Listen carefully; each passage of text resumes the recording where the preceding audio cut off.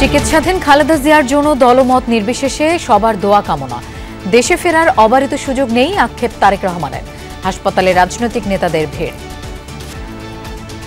Apply করবার জন্য যে স্টেবল কন্ডিশন দরকার ওইটা হয়নি। তাকে বোধহয় ওটিতে নিয়েছেন, ওখানে বোধহয় তার পরীক্ষা নিরীক্ষা করে দেখছেন আর কি, যে তার অবস্থার কতটুকু উন্নত করা যায়। ওনার শারীরিক অবস্থা ক্রিটিক্যাল, তবে স্থিতিশীল আছেন, উনি এখনো ফাইট করছেন। মকে অংশ নেয়াদের বেশিরভাগই পড়েননি গণভোটের প্রশ্ন। সময়, কেন্দ্র, জনবলের মতো বিষয়ে সিদ্ধান্ত নিতে কাজে লাগবে প্রতীকী নির্বাচন, বললেন সিএসসি। ডেটগুলো আপনারা তখন জানতে পারবেন, তফসিল হলে জানতে পারবেন। Hopefully it will be in the second week of December. জাতীয় নির্বাচনের সবকিছু যদি এভাবে হয়, আশা করি খুব সুন্দরভাবে সবকিছু হবে। গণভোট যেটা, সেটাতে যে লেখাগুলো, সেই লেখাগুলো ছোট প্লাস এবং কি আছে সেগুলো পড়ার মতন সময় হয়নি। লুটপাটকারীদের প্রতিষ্ঠান বন্ধ করলেই সমাধান হবে না, অর্থনৈতিক সম্মেলনে মির্জা ফখরুল। পরিবর্তনের জন্য রাজনৈতিক সদিচ্ছা জরুরি, বললেন জামায়াতে আমির। বাংলাদেশ ব্যাংকে এতদিন রাজনীতিকরণ হয়েছে, অভিযোগ গভর্নরের। পরবর্তী সরকারকে সতর্ক পদক্ষেপ নেওয়ার আহ্বান। বিশেষজ্ঞদের পরামর্শেই হবে ঢাবির ঝুঁকিপূর্ণ ভবনের সংস্কার। ছুটির দিনগুলো কতটা কাজে আসছে তা নিয়ে প্রশ্ন। ঢাকা মেডিকেল কলেজে নতুন ভবনের দাবি। ডাকসু থেকে সিন্ডিকেট সদস্য আছেন এবং ছাত্র প্রতিনিধিরা আছেন, তাদের সাথে সমন্বয় করেই ডিসিশনগুলো নেওয়া হচ্ছে বলে আমরা জানি। নতুন নতুন ফাটল দেখা দিচ্ছে এবং সেগুলো অনেক বড় ফাটল, যেগুলো দেখলেই মনের ভিতরে আতঙ্ক সৃষ্টি হওয়ারই কথা। 30-37 ঘন্টার মধ্যে পরপর 4-5টা ভূমিকম্প যখন হয়, তখন আপনি খুব স্বাভাবিকভাবেই ভালো থাকতে পারবেন না।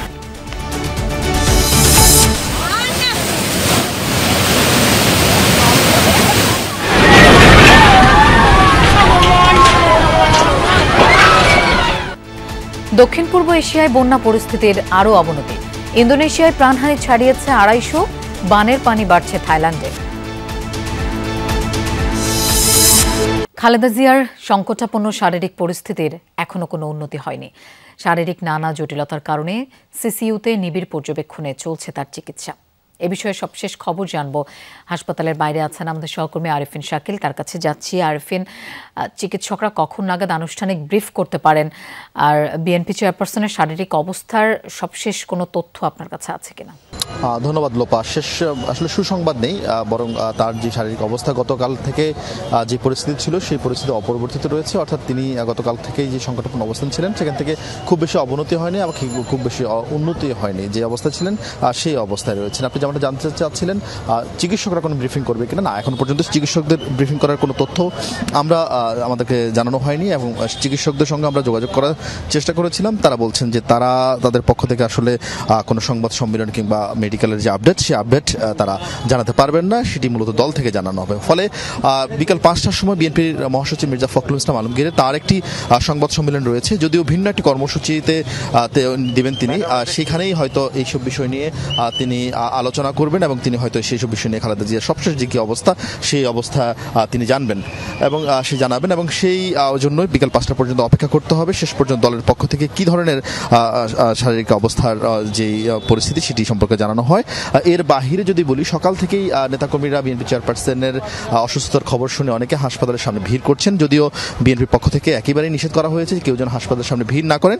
এখন আপনারা হয়তো দেখতে পাচ্ছেন যে প্রচুর নেতাকর্মীরা যারা এরই মধ্যে এভারকের হাসপাতালের সামনে ভিড় করছেন এবং তারা এখানে এসে তাদের যেই অনুভূতি, সেই অনুভূতির কথা গণমাধ্যমের সঙ্গে তারা ভাগাভাগি করছেন। এছাড়া দলের অন্যান্য বিভিন্ন পর্যায়ে যারা সিনিয়র নেতৃবৃন্দ রয়েছেন তারা অনেকে এসেছিলেন। কিছুক্ষণ আগে বিএনপি যুগ্ম মহাসচিব খালেদ কবির খোকন এসেছিলেন, যদিও তারা আসলে ভেতরে প্রবেশ করতে পারেননি, তাদেরকে নিচতলায় তাদেরকে আটকে দেওয়া হচ্ছে। বিএনপি চেয়ারপারসনের যে কক্ষে তিনি চিকিৎসা নিচ্ছেন সিসিইউতে, সেখানে আসলে কারোই যাওয়ার কোনো ধরনের অধিকার নেই, অর্থাৎ একেবারে সংরক্ষিত রাখা হয়েছে। শুধুমাত্র চিকিৎসকরা সেখানে যেতে পারছেন, এছাড়া বিএনপির স্থায়ী কমিটির সদস্যরা সেখানে যেতে পারবেন।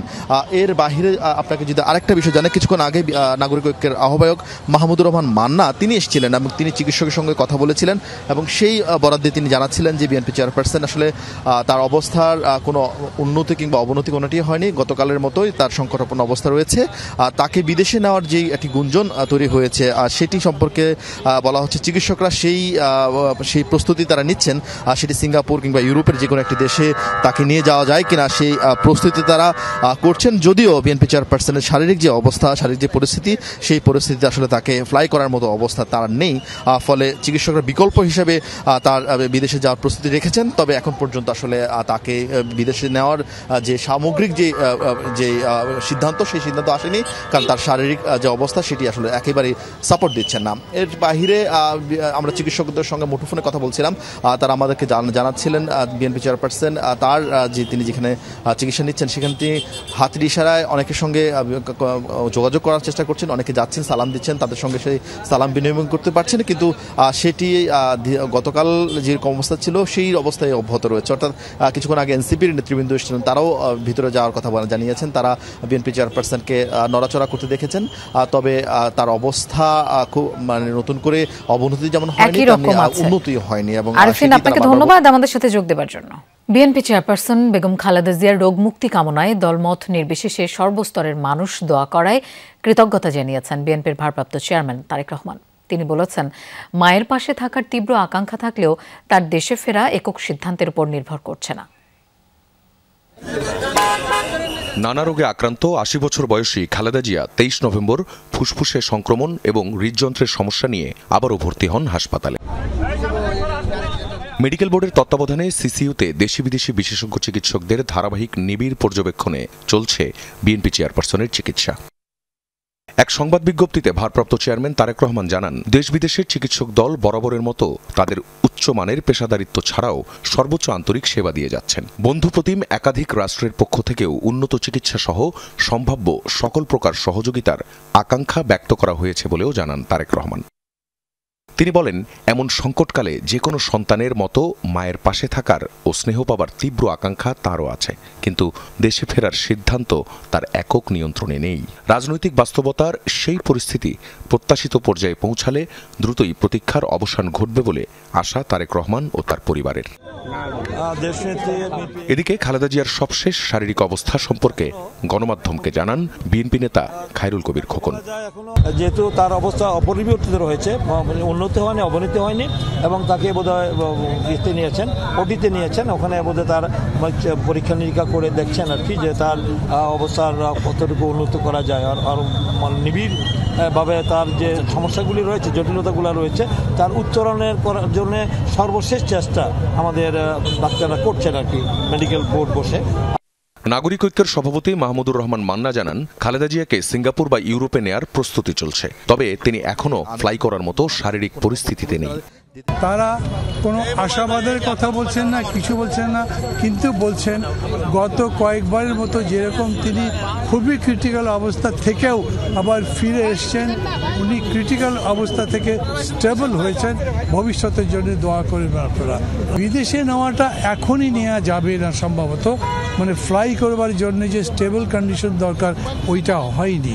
বিদেশে যাবার জন্য যে প্রস্তুতিগুলো নিতে হয় সেই প্রস্তুতিগুলো তারা নিয়ে রেখেছেন। খালেদা জিয়ার শারীরিক অবস্থার অবনতির খবরে গভীর উদ্বেগ জানিয়ে তার জন্য দোয়া ও রোগমুক্তি কামনা করেছেন রাষ্ট্রপতি মোহাম্মদ শাহাবুদ্দিন। দুপুরে হাসপাতালে খালেদা জিয়ার শারীরিক অবস্থার খোঁজ নিতে যান এনসিপি নেতারা, পরে সাংবাদিকদের সাথে কথা বলেন তারা।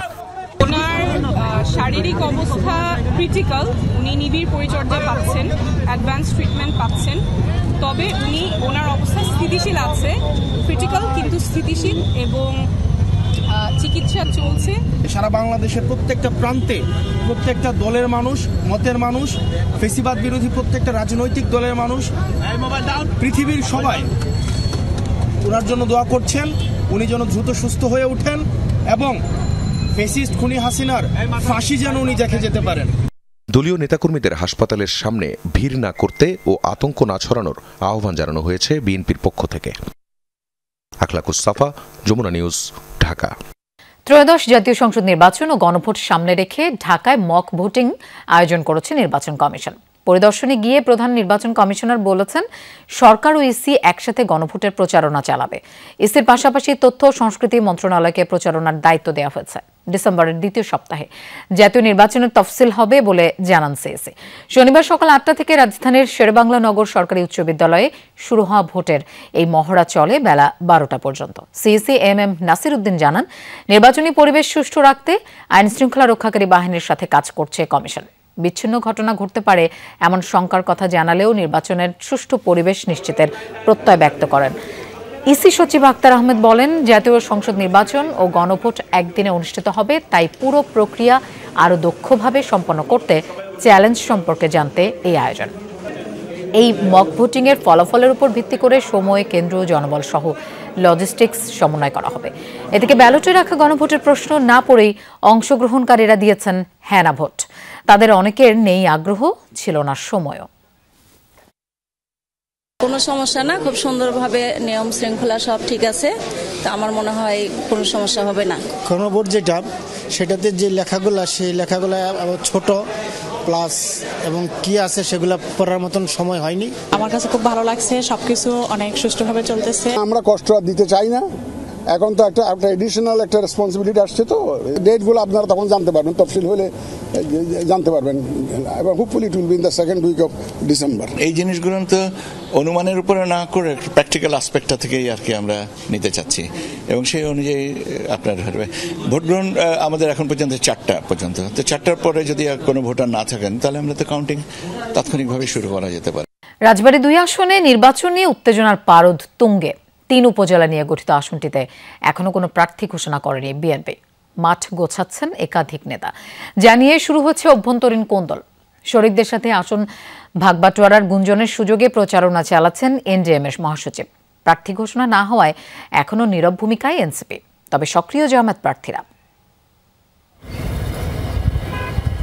পদ্মা ও গড়াই নদী বেষ্টিত রাজবাড়ী 2 আসন, পাংশা, বালিয়াকান্দি ও কালোখালী উপজেলা নিয়ে গঠিত আসনটিতে রয়েছে 24টি ইউনিয়ন এবং 1টি পৌরসভা। দীর্ঘ সময় নৌকার দখলে থাকার পর এখন আসনটি নিজেদের করতে চায় সবকটি দলই। বিএনপি কোনো প্রার্থী ঘোষণা না করলেও মাঠ গোছাচ্ছেন জেলা বিএনপির সাবেক সাধারণ সম্পাদক হারুনুর রশিদ। যদিও এতে দ্বন্দ্ব সৃষ্টি হয়েছে জেলা বিএনপির সাবেক সভাপতি এবং সাবেক সংসদ সদস্য নাসিরুল হক সাবুর অনুসারীদের সাথে। সারা বাংলাদেশের ন্যায় রাজবাড়ী 2তেও আমাদের দলের পক্ষ থেকে ধানের শীষ দিয়ে দল যাকে যোগ্য মনে করবেন এখানে পাঠালে আমাদের ঐক্যবদ্ধভাবে আমরা সবাই ধানের শীষকে বিজয়ী করে আনবো ইনশাল্লাহ। এখনো আমরা আশা করি যে প্রার্থী হবেন, তবে যদি শারীরিক কারণে না পারেন সে বিষয়টি আমরা মাথায় রেখে কাজ করে যাচ্ছি। নেতাকর্মীদের মধ্যে গুঞ্জন রয়েছে এই আসনটি জোটের সাথে ভাগাভাগি করা হবে। নিজেকে জোটের প্রার্থী দাবি করে এরই মধ্যে প্রচারণায় নেমেছেন এনডিএমের মহাসচিব মমিনুল আমিন, যা নিয়ে বিএনপির তৃণমূলে অসন্তোষ দেখা দিয়েছে। নেতারাও বলছেন শরিকদের জন্য ছেড়ে দিলে এই আসনে জয় মিলবে না। যদি এই দলীয় প্রার্থীকে বাদ দিয়ে জোটের প্রার্থীকে দেওয়া হয় তাহলে সেটা আমরা একবারই হারাবো। এই আসনে বিএনপি ব্যতীত জোট থেকে কোনো মতো অবস্থায় এই আসনে মনোনয়ন দেওয়া হয়, আমি শতভাগ আশাবাদী আমরা এই সিটটা হারাবো। ধানের শীষ ছাড়া অন্য কোনো প্রার্থী অন্য কোনো মার্কা বা প্রতীক নিয়ে আসলে সেই প্রতীকের এখান থেকে নমিনেশন পেলেই উনি নির্বাচিত হবেন এমন সম্ভাবনা খুব কম। এদিকে এনডিএমের মহাসচিব বলেন, জোটের প্রতিশ্রুতিতেই দীর্ঘদিন ধরে বিএনপির সাথে আছেন তারা। অন্যদিকে জামাত প্রার্থীর দাবি, তিনি বিগত 17 বছর গোপনে সক্রিয় ছিলেন, তাই জয়ের ব্যাপারেও শতভাগ আশা রাখেন। প্রত্যেকেই তার এলাকায় প্রচারণা চালাচ্ছেন, কেউ 31 দফার পক্ষে প্রচারণা চালাচ্ছেন, ধানের শীষের পক্ষে প্রচারণা চালাচ্ছেন। এটা স্বাভাবিক রাজনৈতিক কর্মকাণ্ড।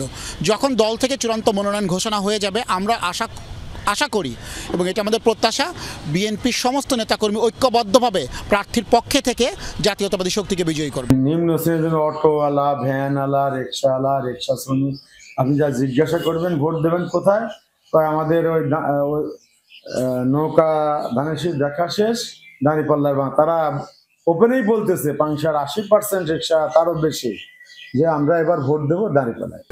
দলীয় কোন্দল বা রাজনৈতিক প্রতিহিংসা নয়, সুষ্ঠু এবং শান্তিপূর্ণ ভোটের পরিবেশ চায় সাধারণ মানুষ। সুস্থ নির্বাচন চাই, আগের মতন যেন হরিজরে না হয়। একটা ভালো প্রার্থী চাই, যে প্রার্থী আমাদের মতো গরিব মানুষের পাশে এসে দাঁড়াবে। আমরা চাই যেন একজন যোগ্য, সৎ, নিষ্ঠুরবান মানুষকে যেন এই 2 আসনে প্রার্থী ঘোষণা করা হয়।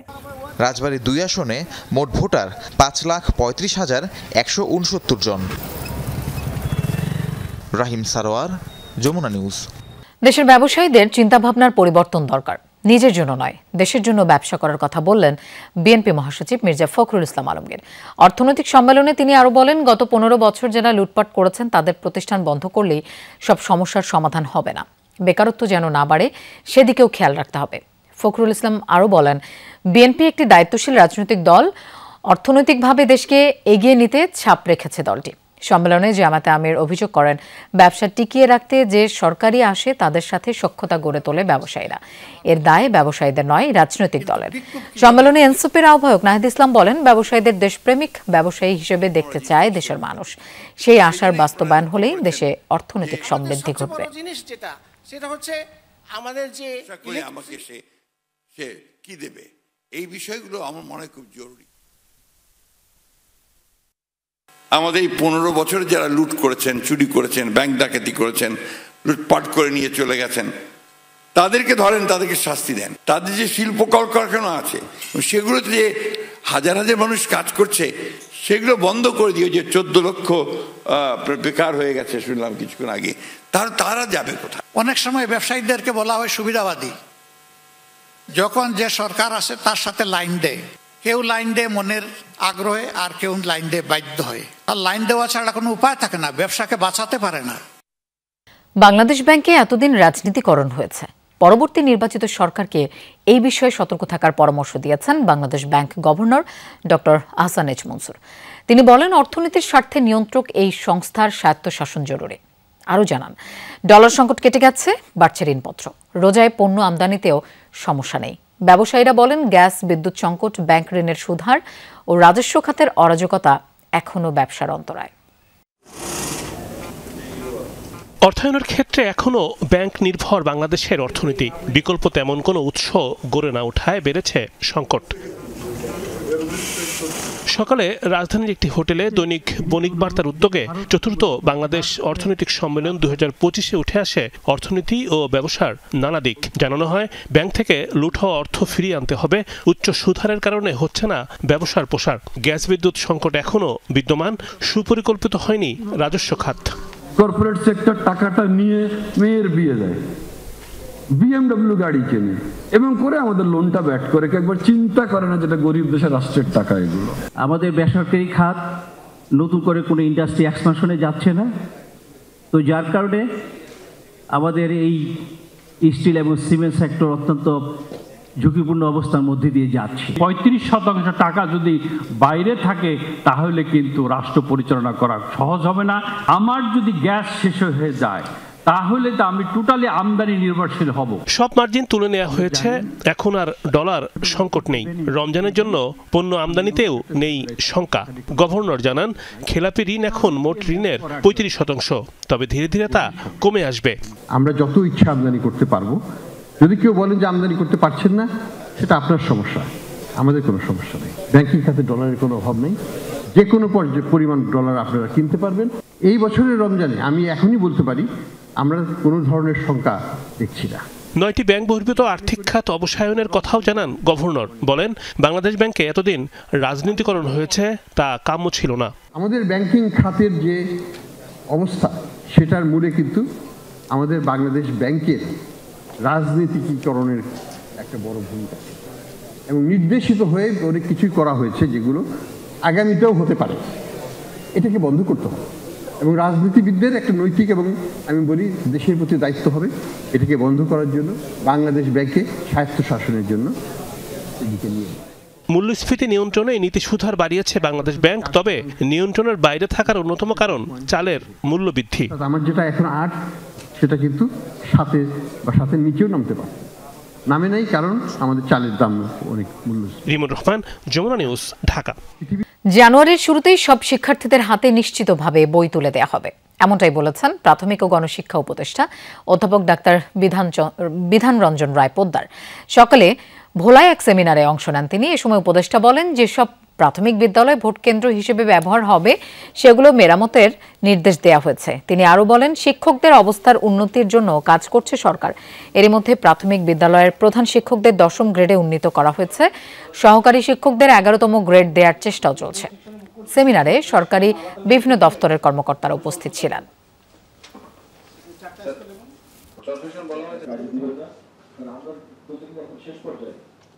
আমি নিশ্চয়তা সহকারে বলতে পারি অবশ্যই সব বই পাবেন, কারণ এখনই জেলা পর্যায়ে বেশিরভাগ বই চলে এসেছে, ফলে অবশ্যই জানুয়ারির শুরুতেই সব বই পেয়ে যাবে। যে বিদ্যালয়গুলো ভোট কেন্দ্র হবে সেগুলো মেরামতের জন্য নির্দেশ দেওয়া হয়েছে। ভূমিকম্পের পর ঢাকা বিশ্ববিদ্যালয়ের ভবন সংস্কারে 15 দিনের ছুটি দেয়া হলেও এর মধ্যে কতটা সংস্কার হবে তা নিয়ে উঠেছে প্রশ্ন। যদিও বিশ্ববিদ্যালয়ের প্রকৌশল বিভাগ বলছে, সংস্কারের জন্য যা যা করার সবই করা হবে। ঝুঁকিপূর্ণ ভবনগুলো সুরক্ষিত করতে বিশেষজ্ঞদের পরামর্শ নেওয়া হবে বলেও জানান সংস্কারে গঠিত কমিটির একজন সদস্য। নিরাপদ ক্যাম্পাসের দাবি জানিয়েছে সাধারণ শিক্ষার্থীরা। শাকিল হাসানের রিপোর্ট আর ছবি তুলেছেন জিহাদ ইসলাম। ঢাকা বিশ্ববিদ্যালয়ের অর্ধেকেরও বেশি ভবন পুরনো, কোনোটির বয়স 100 বছর। গত সপ্তাহে একের পর এক ভূমিকম্পে কেঁপে উঠেছে এখানকার ভবনগুলো। আবাসিক হল হিসেবে 1967 সালে যাত্রা শুরু করে মহসিন হল। হলটিতে কয়েক হাজার শিক্ষার্থী থাকেন। গত সপ্তাহের ভূমিকম্পের পর হলটিতে গিয়ে দেখা গেল চলছে সংস্কার কার্যক্রম। রিডিং রুম, মসজিদের উপরের ছাদেও চলছে সংস্কার। বছর 10 আগের ভূমিকম্পেও বেশ খানিকটা ক্ষতিগ্রস্ত হয়েছিল মহসিন হলের মূল ভবন। সেবারও সংস্কার করা হয়েছিল। এবারের ভূমিকম্পের পরও তাই সংস্কারের তোড়জোড়টা সবচেয়ে বেশি এ হলেই। যদিও হল প্রশাসন বলছে নিয়মিত কার্যক্রমের অংশ হিসেবেই এই সংস্কার। হল প্রভোস্ট তদারক করছিলেন কাজ। সংস্কার শেষে দ্রুতই আবারও শিক্ষার্থীরা হলে ফিরতে পারবে বলে মনে করছেন তিনি। বুয়েটের পরামর্শকরা মহসিন হলকে ঝুঁকিমুক্ত ঘোষণা করেছেন বলে দাবি তার। ভূমিকম্পের কারণে এখানে কোনো নতুন করে অ্যাকর্ডিং টু বিশেষজ্ঞ কোনো ঝুঁকি নতুন করে তৈরি হয়নি। এটা অনেক বেশি বড় মাত্রার ভূমিকম্প ছাড়া এই বিল্ডিংয়ে কোনো ক্ষতিগ্রস্ত হওয়ার সম্ভাবনা নাই, বিশেষজ্ঞ যেটা বলেছেন আমাকে। ভূমিকম্পের পর বিশ্ববিদ্যালয়ের ভবনগুলো সংস্কার করতে শিক্ষা ভবন ও আবাসিক হল বন্ধ করে দেয়া হয়েছে। জরুরি প্রয়োজনে এখনো যারা রয়ে গেছেন তারা বলছেন, একের পর এক ভূমিকম্পে এখনো আতঙ্কিত তারা। ছুটি দেওয়া হয়েছে সেটা হচ্ছে একটা কার্যকরী পদক্ষেপই নিছে বিশ্ববিদ্যালয় কর্তৃপক্ষ। যার যার ইচ্ছে সে থাকতেছে হলে। ডাকসু থেকে সিন্ডিকেট সদস্য আছেন এবং ছাত্র প্রতিনিধিরা আছেন, তাদের সাথে সমন্বয় করেই ডিসিশনগুলো নেওয়া হচ্ছে বলে আমরা জানি। সংস্কার কার্যক্রম কিভাবে করা হবে তা নিয়ে ব্যস্ত সময় পার করছে বিশ্ববিদ্যালয় প্রকৌশল শাখা।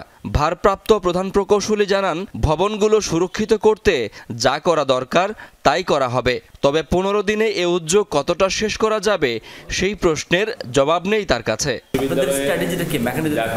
আমি কিছু জানি না, তাহলে আমাদের প্রফেসরের সাথে কথা বলেন, আমাদের আরো আছে ওনাদের সাথে কথা বলেন।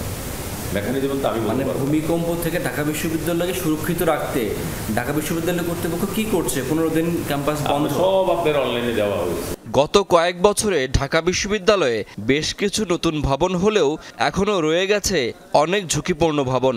সেসব চিহ্নিত করে সংস্কারে একটি কমিটি করা হয়েছে। সেই কমিটির সদস্য এই অধ্যাপক বলছেন, বিশেষজ্ঞদের পরামর্শ নিয়েই সংস্কার হবে।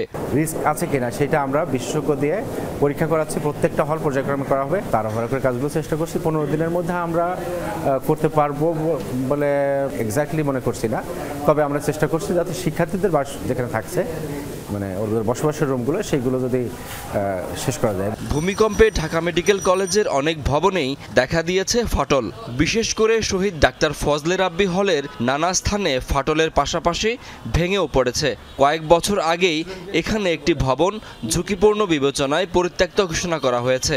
বাকিগুলোর অবস্থাও তথৈবচ।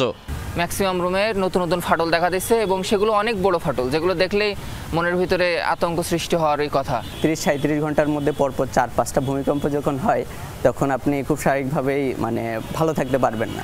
ঢাকা মেডিকেল কলেজের নতুন ভবনের দাবি শিক্ষার্থীদের বহুদিনের। শাকিল হাসান, যমুনা নিউজ, ঢাকা। অন্যের ঘরের আগুন নেভাতে ঝাঁপিয়ে পড়েছিল যে শিশু, তারই মাথা গোঁজার ঠাঁই কেড়ে নিল লেলিহান শিখা। 2019 সালে রাজধানীর বনানীর এফআর টাওয়ারের আগুন নেভানোর সময় পাইপের উপর বসে থাকা শিশু নাইম আলোচনায় এসেছিল। 6 বছর পর করাইল বস্তির বাসিন্দা সেই কিশোর নাইমের জায়গা খোলা আকাশের নিচে। লুৎফর রহমানের ছবিতে অগ্নিযোদ্ধার গল্প জানাচ্ছেন আমাদের সহকর্মী রেদওয়ান আহমেদ।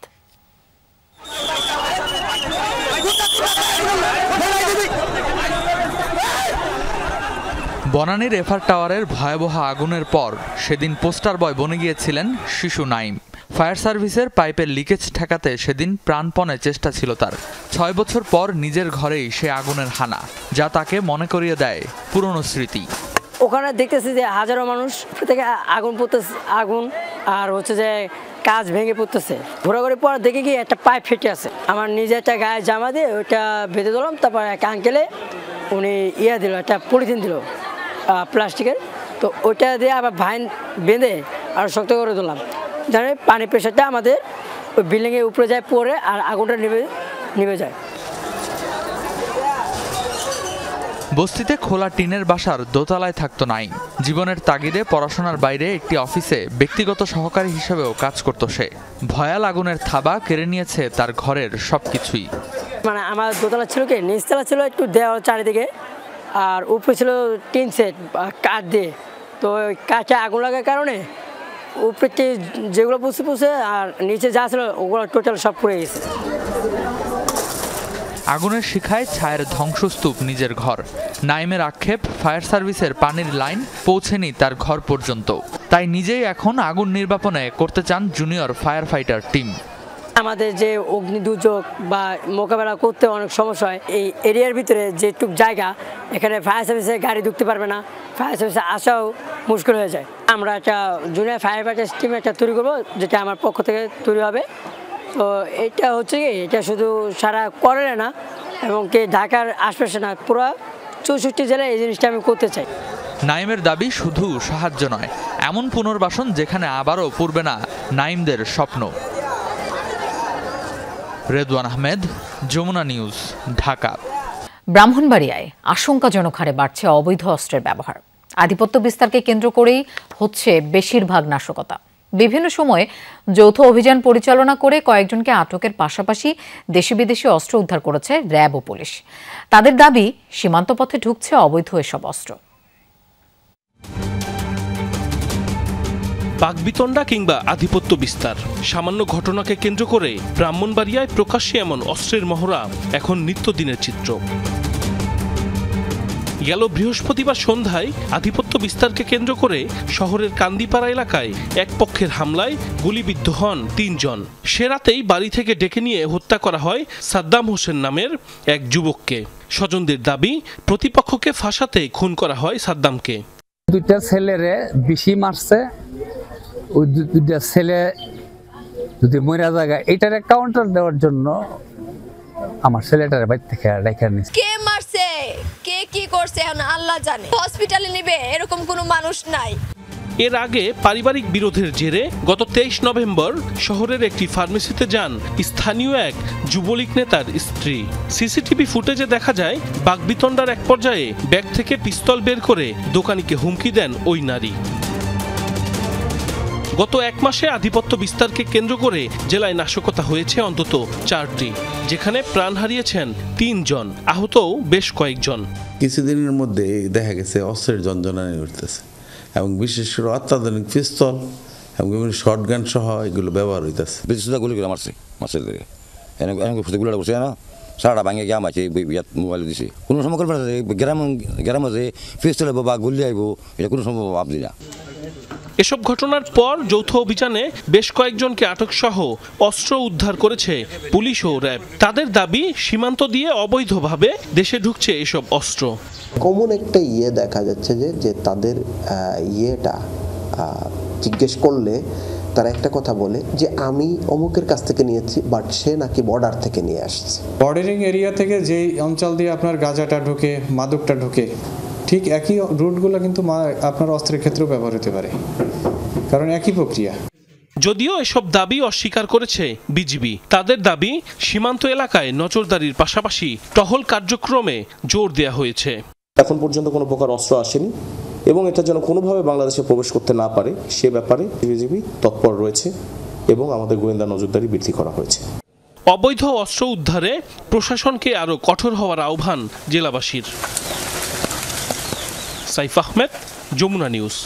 ফরিদপুর ও মাদারীপুরে আলাদা সড়ক দুর্ঘটনায় এক শিশু সহ 2 জন নিহত হয়েছে। সকালে ফরিদপুরের ভাঙার সুয়াদি বাসস্ট্যান্ডে বাস চাপায় নিহত হয় সাদিয়া নামের এক কলেজ ছাত্রী। এলাকাবাসী জানায় বাসস্ট্যান্ডে দাঁড়িয়েছিলেন সাদিয়া। এ সময় ঢাকা থেকে খুলনাগামী ইমাদ পরিবহনের একটি বাস আরেকটি বাসকে ওভারটেক করার সময় তাকে চাপা দেয়। এতে ঘটনাস্থলেই মৃত্যু হয় সাদিয়ার। পরে ঢাকা খুলনা মহাসড়ক 1 ঘন্টা অবরোধ করে রাখে স্থানীয়রা। ভাঙচুর করা হয় 5টি বাস। এতে 20 কিলোমিটার যানজট তৈরি হয়ে ভোগান্তিতে পড়েন এই পথে চলাচলকারীরা। খবর পেয়ে পুলিশ ও সেনাবাহিনী গিয়ে পরিস্থিতি নিয়ন্ত্রণে নেয়। এদিকে গতরাতে মাদারীপুর সদর উপজেলায় প্রাইভেট কারের চাপায় এক শিশু নিহত হয়েছে। পুলিশ জানায় শহরের পুরানবাজার পোস্ট অফিস এলাকার বাসিন্দা যুক্তরাষ্ট্র প্রবাসী জুয়েল চৌধুরীর স্কুল পড়ুয়া ছেলে সাদমান চৌধুরী তার বন্ধুদের নিয়ে ঘুরতে বের হয়। পরে শিবচর উপজেলার শেখপুর ব্রিজের কাছে এক ব্যক্তিকে ধাক্কা দেয় তাদের প্রাইভেট কার। এ সময় স্থানীয়দের ধাওয়া খেয়ে দ্রুত গতিতে মাদারীপুর শহরের দিকে যাচ্ছিলেন তারা। পথে সদর উপজেলার হবিগঞ্জ ব্রিজের কাছে 2 জনকে চাপা দেয় গাড়িটি। ঘটনাস্থলে মৃত্যু হয় সুরিয়া কাজী নামের এক শিশুর। আরেক শিশু মিম আক্তারকে উদ্ধার করে হাসপাতালে ভর্তি করে স্থানীয়রা। ঘটনার পর পালিয়ে যায় সাদমান সহ তার বন্ধুরা। এলাকায় উত্তেজনা ছড়ালে গাড়িটিতে আগুন দেয় বিক্ষুব্ধ জনতা। পরে পুলিশ ও ফায়ার সার্ভিসের কর্মীরা ঘটনাস্থলে পৌঁছে পরিস্থিতি নিয়ন্ত্রণে নেয়। নিহতের পরিবারের পক্ষ থেকে অভিযোগ পেলে আইনগত ব্যবস্থা নেওয়া হবে বলে জানিয়েছে পুলিশ। চালের বাজারে ব্র্যান্ড এখন ফ্যাক্টর। নানা মোড়কে সরু ও মাঝারি চাল বিক্রি করছে একাধিক শিল্প গ্রুপ। তবে বেশি দাপট পোলাওয়ের চালে। তাদের সঙ্গে পাল্লা দিয়ে এখন ছোট প্যাকেজিং চালু করেছেন অনেক মিলারও। খুচরা ব্যবসায়ীদের অভিযোগ, চালের দাম বাড়ার নেপথ্যে কাজ করছে কর্পোরেট প্রতিষ্ঠান। আর কোম্পানিগুলোর ব্যাখ্যা, তুমুল প্রতিযোগিতার বাজারে সিন্ডিকেট করা যায় না।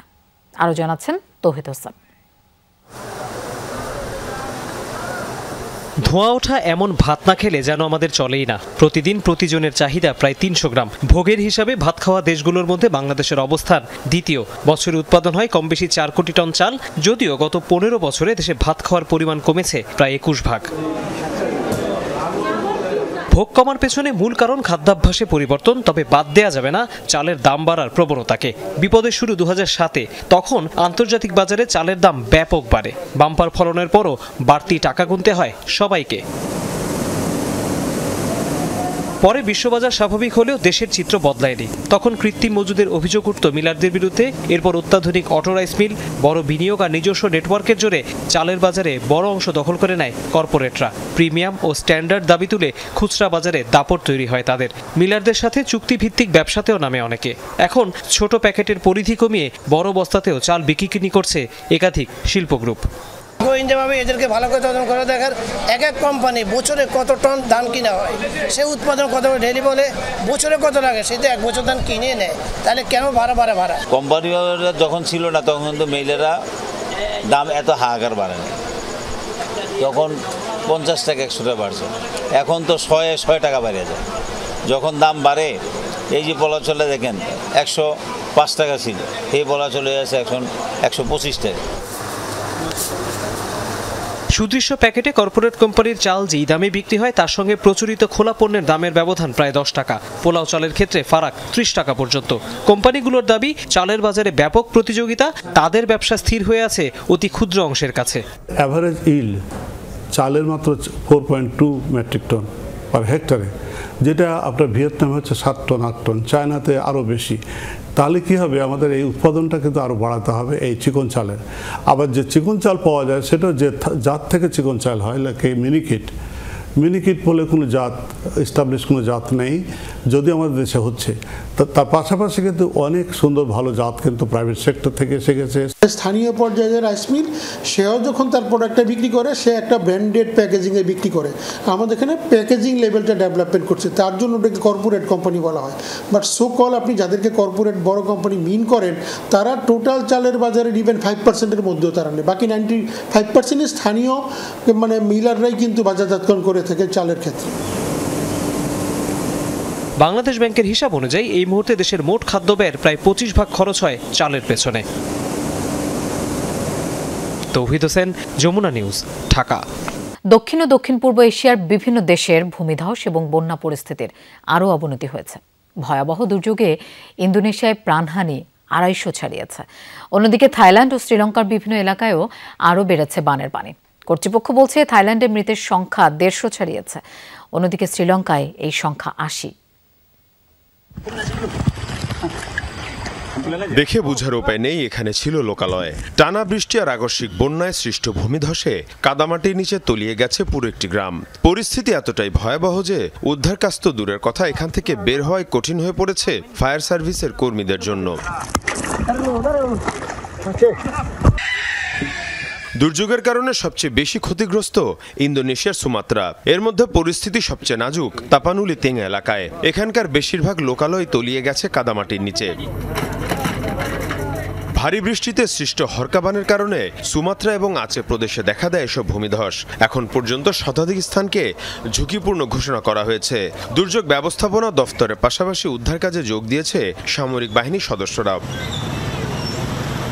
এদিকে বন্যা পরিস্থিতির এখনো কোনো উন্নতি হয়নি থাইল্যান্ডে। 300 বছরের মধ্যে সবচেয়ে ভয়াবহ বন্যায় বিপর্যস্ত দেশটি। বন্যার তীব্রতায় ভেসে গেছে বিভিন্ন পর্যটন এলাকা। পরিস্থিতির সবচেয়ে অবনতি হয়েছে সংখলা প্রদেশে। সড়ক ব্যবস্থা ভেঙে পড়ায় কঠিন হয়ে পড়েছে উদ্ধার কাজ। দেখা দিয়েছে সুপেয় পানির তীব্র সংকট। এদিকে ঘূর্ণিঝড় ডিটর প্রভাবে সৃষ্ট বন্যা পরিস্থিতির অবনতি হয়েছে শ্রীলঙ্কাতেও। বাস্তুচ্যুত প্রায় 1.5 লাখ মানুষ। ক্ষতিগ্রস্ত হয়েছে 3000-এর বেশি ঘরবাড়ি। মীর মুশফিকা হাসান, যমুনা নিউজ।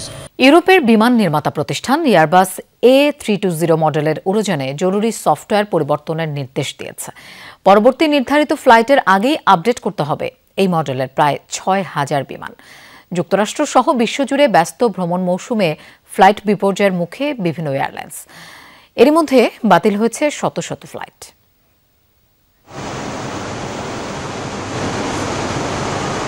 গত 30 অক্টোবর মেক্সিকো থেকে নিউ জার্সিগামী এয়ারবাস A320 মডেলের বিমানে দেখা দেয় বিভ্রাট।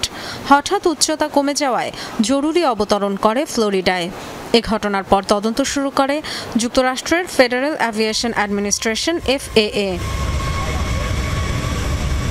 ধারণা করা হচ্ছে তীব্র সৌরবিকিরণ ফ্লাইট নিয়ন্ত্রণের গুরুত্বপূর্ণ তথ্য নষ্ট করে দিতে পারে, আর সে কারণেই সফটওয়্যার আপডেট প্রয়োজন বলে মনে করছে এয়ারবাস। এক বিবৃতিতে পরবর্তী ফ্লাইট পরিচালনার আগেই প্রতিষ্ঠানটির সবচেয়ে বেশি বিক্রিত A320 মডেলের বিমানগুলোর মডিফিকেশনের অনুরোধ জানিয়েছে তারা। নির্দেশনা অনুযায়ী প্রায় 6000 জেটের সফটওয়্যার বদল করতে হবে, অর্থাৎ এই মডেলের বহরের প্রায় অর্ধেক। সফটওয়্যার আপডেটের পাশাপাশি হার্ডওয়্যারও পরিবর্তন করতে হবে অনেক বিমানের।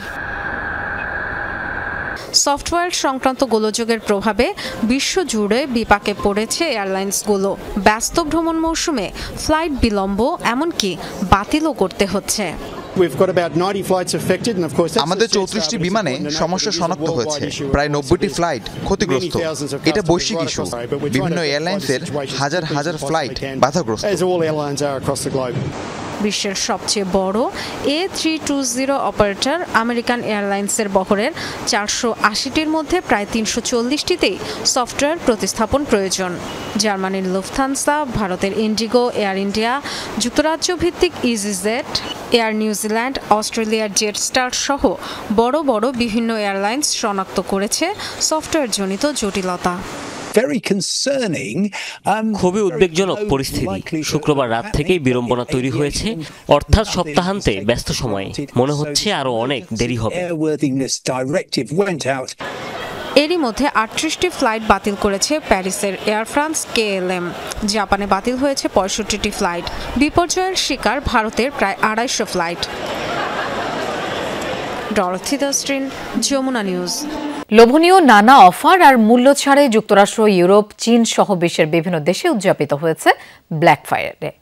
নিজের পছন্দের সব জিনিস ঝুলিতে ভরতে দোকানপাটে ছিল মানুষের উপচে পড়া ভিড়। সশরীরে পাশাপাশি কেনাকাটার হিড়িক দেখা গেছে অনলাইনেও। অন্যান্য বছরের তুলনায় এবছর রেকর্ড ছাড়িয়েছে অনলাইনে ক্রয়ের হিসাব। কাউন্টডাউন শেষে দোকানের দরজা খুলতেই হুড়মুড় করে ঢুকে পড়ছে মানুষ। হুমড়ি খেয়ে একজনের উপর উঠে পড়ছে আরেকজন। হুড়োহুড়ি কাড়াকাড়িতে দোকানের তাক থেকে কারো কারো শরীরের উপরও ছিটকে পড়ছে পণ্য। আহতও হচ্ছে কেউ কেউ। এই চিত্র যুক্তরাষ্ট্রের ক্যালিফোর্নিয়ার। ব্ল্যাক ফ্রাইডেতে বিশেষ ছাড়ে পণ্য কিনতে এই উপচে পড়া ভিড়। বরাবরের মতোই ব্ল্যাক ফ্রাইডের সেলে যুক্তরাষ্ট্রের new York, new Orleans, Louisiana সহ প্রায় সবগুলো অঙ্গরাজ্যের বড় বড় বিপণী বিতানগুলোয় দেওয়া হয়েছে 50% বেশি মূল্য ছাড়। একদিনের ছাড়ে অর্ধেক দামে পণ্য কিনতে রাত থেকেই লাইনে দাঁড়ায় শত শত মানুষ। শুক্রবার ভোরের আলো ফোটার আগেই দোকানপাটের সামনে মানুষের ঢল নামে। এটি আমাদের একরকম ঐতিহ্য। আমার বাচ্চারা যখন ছোট ছিল তখন থেকেই আসছি। আজও অনেক ধরনের জিনিস কিনেছি।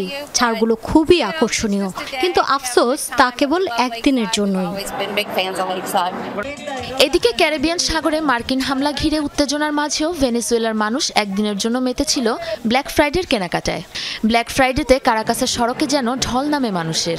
বেশিরভাগ দোকানের পণ্যের উপরে ছিল 50% পর্যন্ত মূল্য ছাড়। দেশের চলমান পরিস্থিতির জন্য সবকিছু থমথমে অবস্থায় থাকলেও এই দিন আসলে ভিন্ন দৃশ্য দেখা যায়।